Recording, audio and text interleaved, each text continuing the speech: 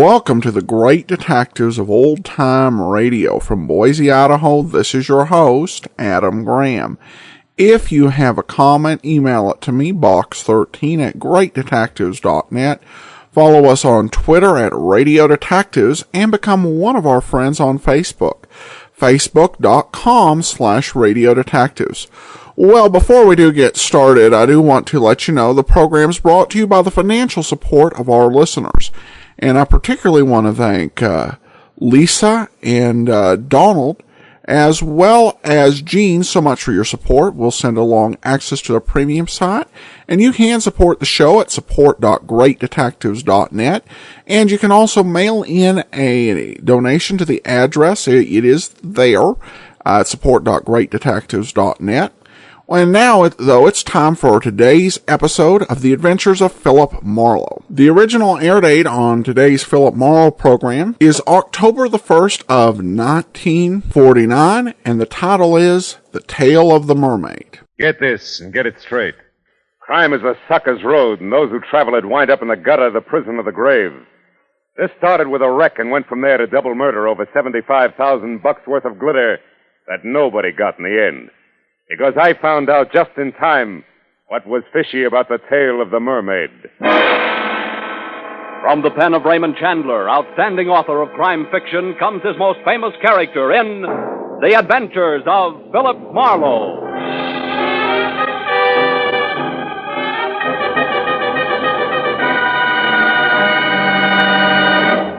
Now, with Gerald Moore, starred as Philip Marlowe, we bring you tonight's exciting story, The Tale of the Mermaid. At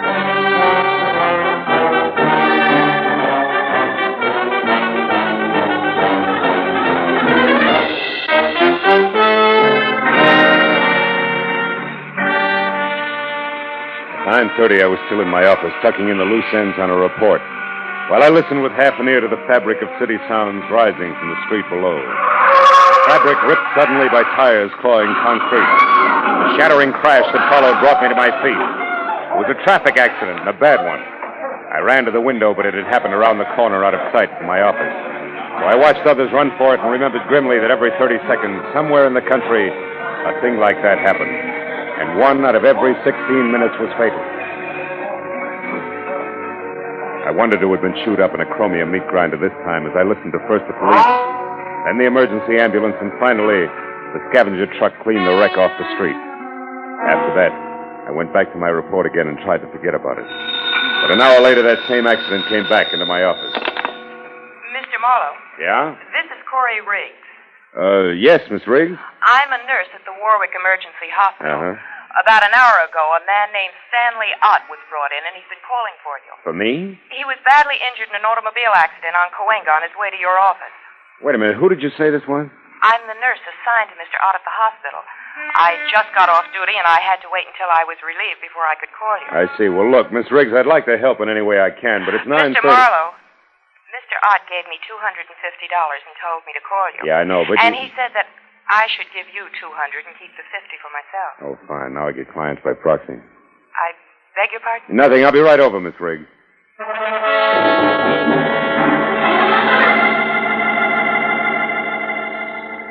I didn't know anyone named Stanley Ott, and I felt a little like an ambulance chaser, but I was only 15 minutes from getting to the emergency hospital. As I walked up the ambulance ramp, a smart-looking brunette came toward me. Mr. Marlowe? I'm Corey Riggs, the nurse who called. Oh, hello. Can I see him now? It wouldn't do any good. You see, he went into a coma a few minutes after I called you. Oh, too late, is that it? Let's move away from the door, shall we? Sure. You see, Mr. Marlowe, before he went into the coma, Ott wasn't rational. He was raving. About what sort of thing?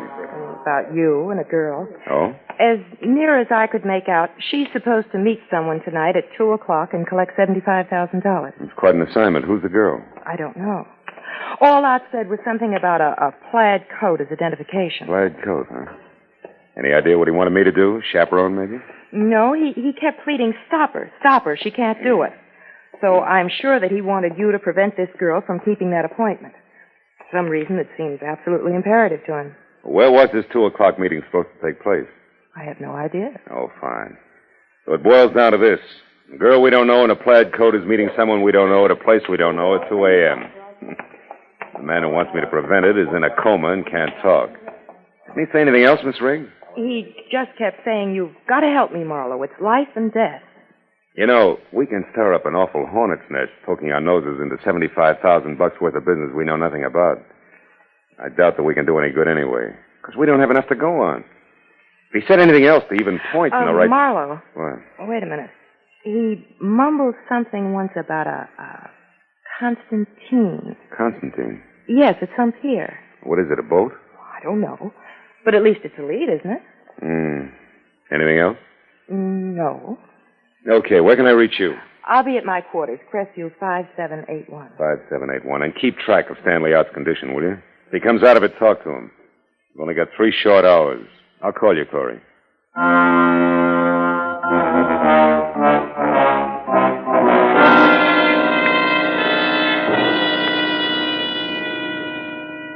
I felt a little weird as I left the hospital because I was traveling on strictly second-hand information as to what had gone on in a delirious mind. But in spite of that, there was still enough coherence in what Corey Riggs told me to make a case. My first stop was a phone booth and a call to the police, where I found out from the accident report that Stanley Out was 30, unmarried, small-time lawyer and an L.A. resident with a clean police record. My next call was the harbor master's office at San Pedro. Constantine? No, don't remember no vessel by that name, sonny. Just a minute, I'll look her up in the registry. Let's see, Constantine. Only one listed is a 4-masted schooner sunk off Pirates Point near Monterey in 1870. A little before my time. Not the one, eh? Not the one. So I tried the Coast Guard. No fishing boat called Constantine on this coast, mister. That was followed by a check of Yacht Harbor at Long Beach, negative. And a call to the pleasure boat anchorage at Santa Monica. No Constantine registered here, sir. After that, a long, futile reconnaissance of the waterfront from one end to the other. It left me one solid hour muttering almost abandoned in Venice, staring in blind frustration at the black, seething ocean below. I was licked. You ain't thinking of jumping in, are you, pal? Hey, you look like you lost your best friend. I did, Buster. Me. I was sunk with a Constantine in 1870. Constantine? You know him, too, huh? Him? Yeah. You mean Constantine's a guy? Sure, pal. There's a shack there. Wait till the beacon light comes around again. See that? Well, I'll be. Prince Constantine Chevnov. Occultist, palmist, and medium. Personal consultant by appointment only. Yeah, but that's a fake. No fool. All them guys. He owes everybody around, even at the Ziggy, me. For $1, and that's something. But he's a genuine Russian prince. Hey, where you going? Have a look. Prince Constantine Chevnov could be my boy. He wouldn't want you nosing around here, pal. That's too bad. Does he live here? Yeah, in the back. He runs his pitch in the front where all them green curtains are. Uh-huh. Yeah. I suppose he always leaves his door unlocked, huh? Why? Whoa. Hey, that's kind of funny. Yeah, I'll bet. There'll be a light switch here someplace. Oh, yeah. Now let's see what... Oh. Holy catch. Goodbye, mister. Goodbye.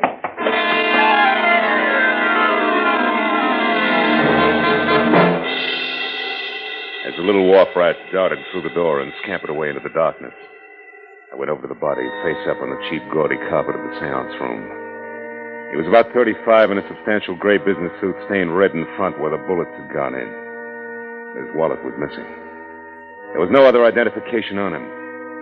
His gray, snap-brim hat was spilled a few feet away, so I picked it up to look for initials and found instead a small file card stuck into the sweatband. Typed at the top was the heading, The Mermaid. Owner Otis Van Owen. Only relative Evelyn Van Owen, niece. Mermaid stolen November 12, 1948. Insurance paid in full. In ink, Van Owen died August 1949, and under that in pencil, Constantine Chevnov, Venice Pier, and Louis Paradise, 913 Seacrest Road, Pacific Palisades. It took 20 minutes to find 913 Seacrest. And when I stopped and got close enough, what I saw through an open window made Constantine's trap I just left look as reliable as a post office by comparison. It was a miniature Egyptian temple, exotic and dainty, sickening lushness of red velvet and yellow silk. And in the center of the room was a bloated little man, balancing a long cigarette holder in one hand, while he simpered into a honey-colored French phone in the other. I moved up quietly until I could hear him. A sentimental agreement. That is right, Evelyn. Your Uncle Otis and I were the best of friends for years. Well, thank you, child. Where are you now? Oh, the observatory. Good, good. I advise you to stay there until a few minutes before 2, and you will not forget to wear a plaid coat, just to be sure I won't make a mistake. What is it, Bud? What? Sideshow? Hey! Careful now. Sudden noises like this gun going off upset Mr. Paradise. What do you find so interesting inside? Conversation. About the mermaid, probably. Uh-oh. Glad you dropped that one, Bud, because I'd bump you for a nickel, say nothing to 75 G's. I don't talk things over with punks. I reserve it for the head man. Go do something about it. Okay, Bud, I will. Go on, move. On to the door and inside. Mr. Paradise gets some kind of kick out of stepping on big guys like you. The gopher face shoved his automatic into the small of my back and marched me inside, where the air was thick with cheap incense. The bloated little king with a long cigarette holder had stepped out. He came back fast when the gopher called him. Hey, Mr. Paradise. He stared at me from across the room, and his nostrils flared for an instant. And he simpered again and sidled toward me. The gopher dug at my spine with his gun. Well, now, what is this, Rudy? Snooper, Mr. Paradise. Caught him outside peeking in the window. Oh, it is a bad night for snoopers. Who are you? Name's Marlowe. And the business? Snooping. He knows about the mermaid, Mr. Paradise. He does he? How much do you know? Speak up. She's got a fishtail instead of legs. You dare to joke? Don't Stand here and take it, big man. You asked for it. Make a move and I'll drop you. I know what you are, Marlowe, but not how much you have found out. Now tell me, because the next time I slap you, it will carry more weight than my bare hand, I promise. You have company, Paradise. Did I get it? No, you keep this baboon under control, Rudy. I will answer the door. Oh, Prince, come in. Paradise, what do you mean? How far do you think you can go with my reputation? Do you want to get me hanged? Wife, what is the matter, Constantine? You are upset. Upset? I'm out of my mind. Oh, what a shock. And such a stupid thing for you to do. What are you raving about? He found that body on his front room floor, right, Constantine? Exactly. Precisely. And what is more, I did not put it there. Of all the places in the world, why did you pick this one? Paradise, who is this stranger here? If you would close your mouth and open your eyes more often, Prince Constantine, you would not be the nervous wreck you are. This is Mr. Marlowe, another snooper. Oh, another one. Paradise, listen to me. It's better if we quit. It's better if we don't try it tonight. It's out of hand. I don't like it now. We should get away and come back next year and do it. You jellyfish, there is nothing to worry about now. Insurance investigators often work in pairs. Is that not so, Marlowe? Your pitch, round man. You don't need any help from me. You are so right. Rudy and I caught the first at your place, Constantine. Now we have the second one here. That is all there are. The danger is over. It's clear sailing from now on. But what about that cadaver you had the audacity to leave lying in my seance room? What about that? Forgive me, Constantine. That was a necessity. I am sorry. Now listen. Hey, Rudy. Does this go on all the time? Yeah. Ain't it awful? And think of all the champagne, caviar, buffalo, stroganoff you can buy with the mermaid. I don't care. Just a bracelet, but at the same time it is $75,000 worth of diamonds and platinum. Okay, Paradise. I trust you. Now, we go, huh? My Gnazdo. Yes, Prince. Gnazdo it is. Hey, Mr. Paradise. What should I do with the big boy here? Yeah, you're kind of leaving a loose end around, aren't you, Fatty? If I had the time, Marlowe, I would beat the arrogance out of you a little chunk at a time. Rudy. Yeah? You've got no initiative, but you do have imagination. So use it. Goodbye, Marlowe.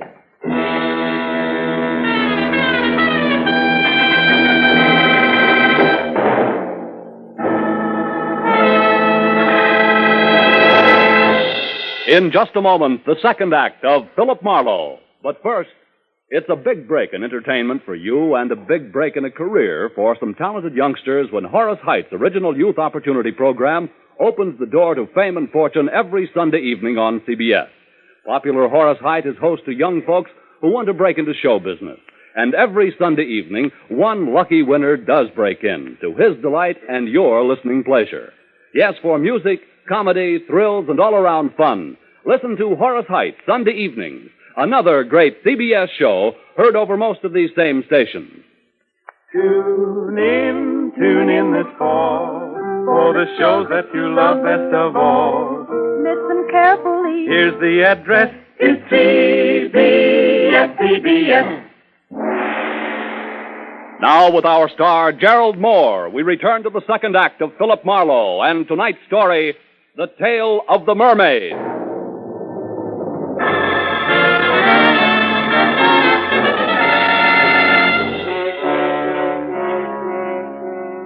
When Louis Paradise hesitated at the door, snarled the suggestion that this was his imagination in disposing of me, and left in lockstep with the white Russian screwball, I got the point. But even if I'd missed it entirely, one look into Brother Rudy's eyes would have done the trick. There were no pupils, just slits of lethal viciousness. Windows to his warped little mind where I could practically see the montage going on. That ran from ancient thumbscrews by candlelight up to a generous beating by street lamp with brass knucks. I felt a cold knot grow in the pit of my stomach as Rudy, with a cannon in his hand, pointed at my head, started toward me. And from someplace outside, I got a break. Two romantic cats. Rudy spun toward the sound. One chance to a customer, Rudy, and you missed. Kill you, Marlowe. I'll blow your head off. Not tonight, gentle soul. Give it to me. I don't want you to hurt yourself until we've had a chance to talk. That's it. Now, lie down. I knew there was some reason why I like cats, their voices. Okay, Rudy, you've had enough rest. Now let's get back to business. Now, wait a minute. Come on, get up. We're going to talk. Wait, hold it, please. No reason for any more rough stuff. I'll cooperate. That's better. Where did Paradise and His Highness head for? The Gnazdo. Where is it? I don't know. Come on, you said there was no reason for rough stuff, remember? Ow! Yeah, I remember. That Gnazdo, that's something I never heard of. An unhappy coincidence, Rudy. It's one thing I'm interested in. Wait. Must be something else you want to know. Something else I could tell you that... Hey, what are you going to do? You mean you can't tell, Rudy? That's Keep funny. away. All it takes is a little imagination.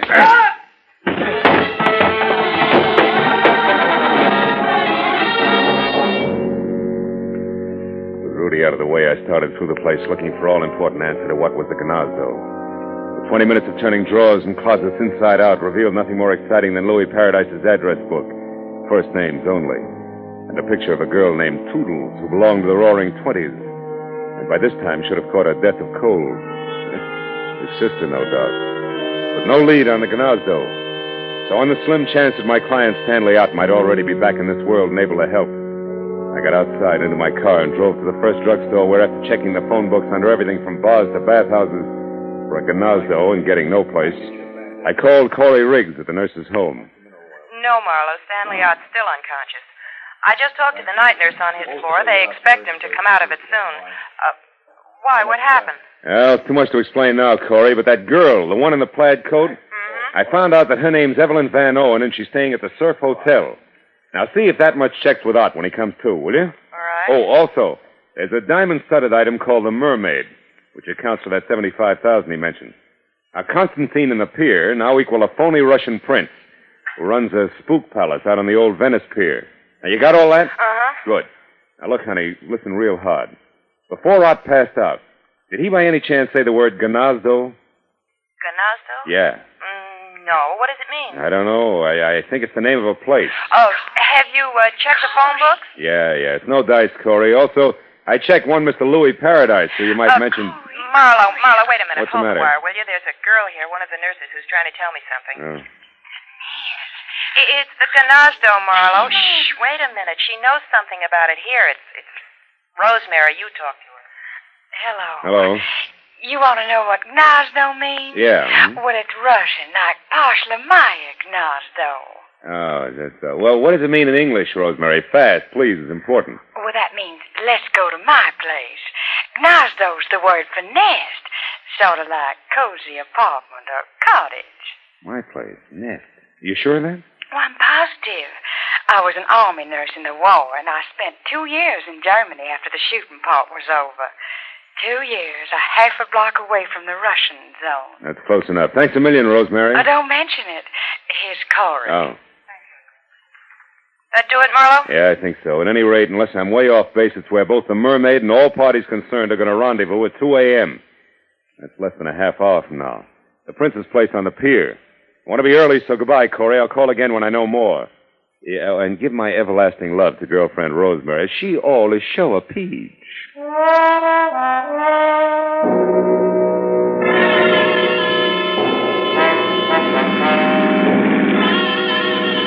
There was still a few parts missing, the way there always are.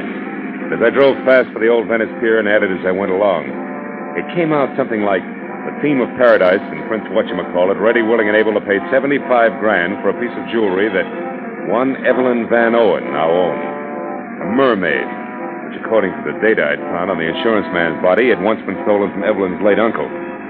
But I left it there when my rearview mirror said a long gray sedan that had been tagging me discreetly for the last 3 blocks, now being indelicate about it and closing fast. The driver was old pal Rudy, and as he came abreast, he headed for me.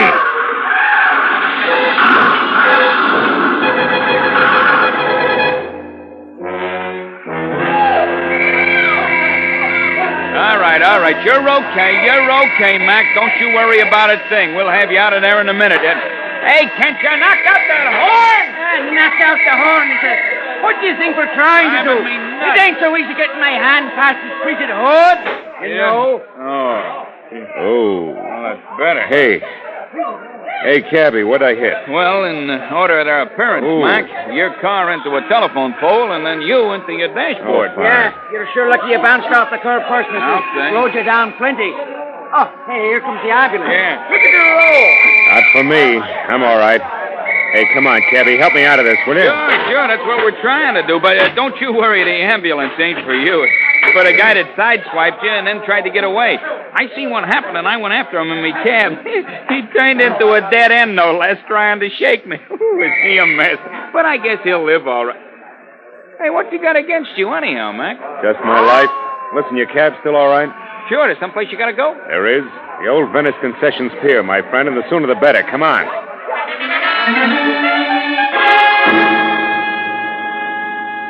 Maybe my head against the dashboard was exactly what I needed. Because right then and there, the method of Rudy's handiwork made me think of an angle that I'd neglected almost completely. My unconscious client had not wanted me to get the Mermaid or the $75,000, but to stop Evelyn from keeping her rendezvous, which at this point I figured could mean but one thing. It was exactly 2 o'clock when the cab slammed to a stop near the pier. And I piled out and ran onto the empty, fog-dampened planking that led to Prince Constantine's shack. Nothing but mist moved over the pier. No unusual sound broke the pattern of waterfront noises. And I thought momentarily that I was still in time to prevent what Stanley Out somehow knew was going to happen. That Louis Paradise and his eccentric sidekick intended to get the Mermaid from Evelyn, but pay off in only one way.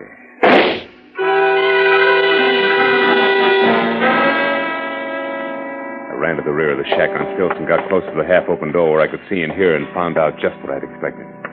In the storeroom, spread out and very still on the oil-soaked planks, there were a makeshift floor with the lifeless form of a girl, who, according to the plaid coat she wore, was the late Evelyn Van Owen. And kneeling close to a gun in one hand, the sparkling mermaid in the other, was her executioner, Louis Paradise. Next to him, his number 1 boy, Prince Constantine Chevnov, not very happy. A fool to shoot her was stupid. Yes. $75,000, stupid. Or would you have preferred that I pay Miss Van Owen in cash? I had to kill her. Yes, Paradise, but the gun, so much noise, we can't afford to attract attention. There's 2 corpses on hand. I should say not, Princey. Don't try it, Louis. Oh, the mermaid. The space between the boards. The mermaid. Oh. It's in the water, Chevnov. Shame. Yeah. Yes, it's a shame. We did so much, worked so hard. Yeah, killed so often. Gonna run for it, Your Highness? Run? No, Paradise is dead there. Without Paradise, I am not so brave. I will do as you say. Keep quiet. Don't make a sound, Sheriff. No, we got company. Rudy, Quiet! Pardon me. Can you please tell me where Louis Paradise can be found? It's Louis Paradise there. Who are you? Evelyn Van Owen. What? Van Owen. The woman who was supposed to sell the Mermaid to Paradise? That's right. But on my way over here, just after I left my hotel, somebody struck me, knocked me out. Took my coat there and my purse and ran. Your purse with the Mermaid, no doubt. Yes. And that, Miss Van Owen, makes this angle shooter here. Yeah. The very dead nurse, Corey Riggs. Let's get out of here.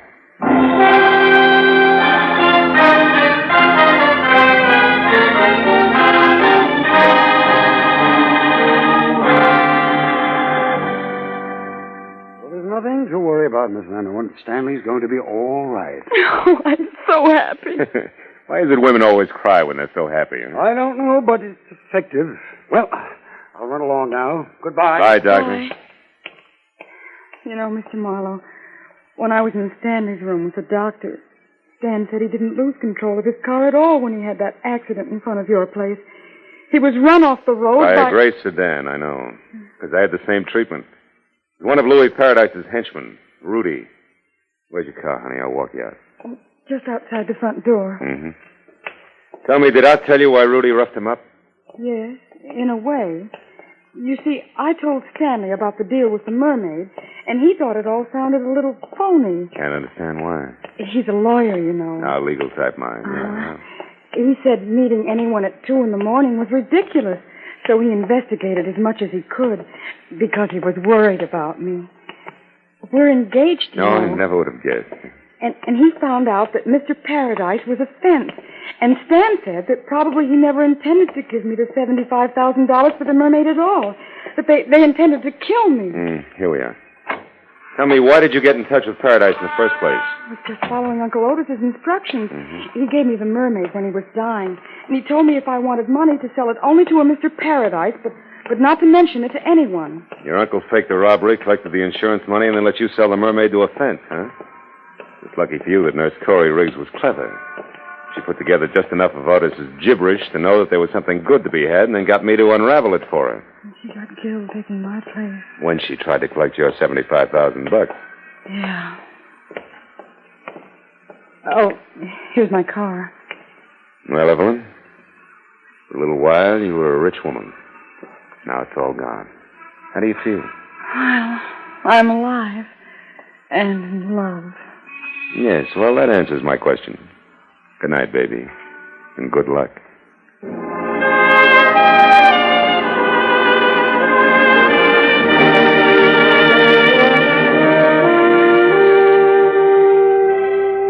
When I left the hospital, I wandered back to the old Venice Pier in Prince Constantine's Nasdo. It was 5 a.m, and the police had finished cleaning the place up. But the word had gotten out. A crowd had gathered. They always do. Curious, restless, sordid crowd, equipped with everything from grappling hooks to homemade diving helmets, all climbing over each other for a chance to fish for the Mermaid. She who had brought death to 3 people, injury to 2 others in the course of one night. And suppose they found her. What then? A lot of glittering pieces of white coal set in a metal frame we call precious. Look at the suckers grab. That's all, Marlowe. Home and to bed.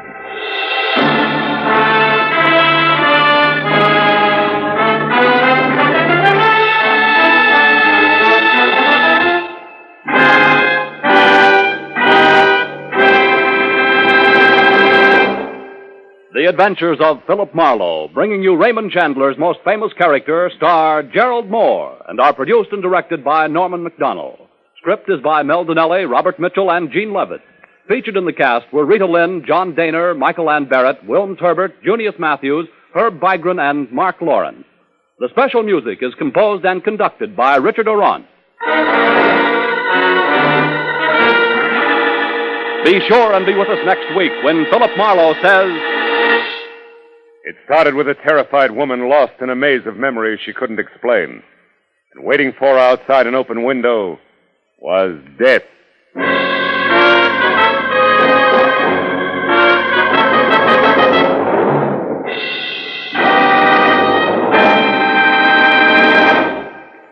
Another show has joined the CBS Sunday Night Parade. It's The Contented Hour, starring Buddy Clark and featuring the finest in popular and semi-classical music. It comes to you on most of these CBS stations for the first time tomorrow night, making its debut on CBS the same night as Red Skelton and Edgar Bergen and Charles McCarthy. Yes, this fall, you hear them all on CBS. This is Paul Masterson speaking. Now, stay tuned for Gangbusters, which follows immediately over most of these same CBS stations. This is CBS, the Columbia Broadcasting System.